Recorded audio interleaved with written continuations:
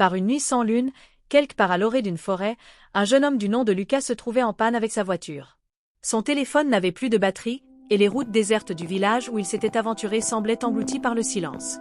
Résolu à trouver de l'aide, il descendit de la voiture et décida de marcher jusqu'à la vieille maison qu'il avait aperçue un peu plus tôt.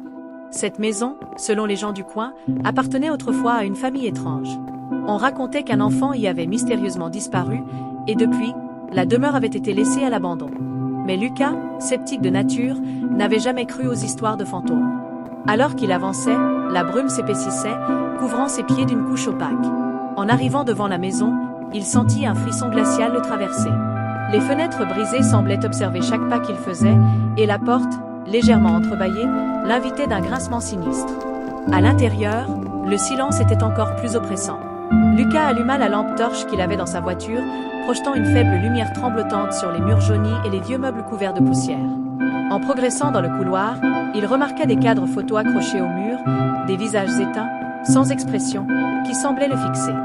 Plus étrange encore, en s'approchant, il jurait avoir vu un mouvement dans les yeux des portraits, comme s'il le suivait. Brusquement, un rire d'enfant résonna dans le silence. Lucas s'arrêta net, le souffle coupé. Le rire venait de l'étage supérieur.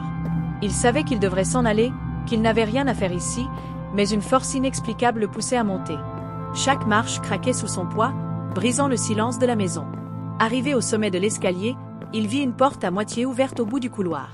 Il entendait encore ce rire, de plus en plus étouffé. La lampe torche commença à vaciller, et il sentit une main glacée lui frôler la nuque. Il se retourna brusquement, mais il n'y avait rien, que du vide et des ombres dansantes. Il entra dans la pièce d'où provenait le rire. C'était une chambre d'enfant. Sur un vieux lit poussiéreux, une petite poupée était posée, son visage souriant figé dans un rictus troublant. Autour de la poupée, d'autres jouets semblaient la fixer, comme un sinistre comité de bienvenue. Il voulut reculer, mais son regard se posa sur le mur en face de lui. Là, écrit en lettres rouges, comme tracé au doigt, il lut ces mots. Astérisque, tu as réveillé la maison. Maintenant, elle ne te laissera plus partir. Astérisque, le rire d'enfant résonna à nouveau, plus fort, comme un écho qui se répercutait sur les murs. La porte se referma d'un coup, et la lumière de sa lampe s'éteignit.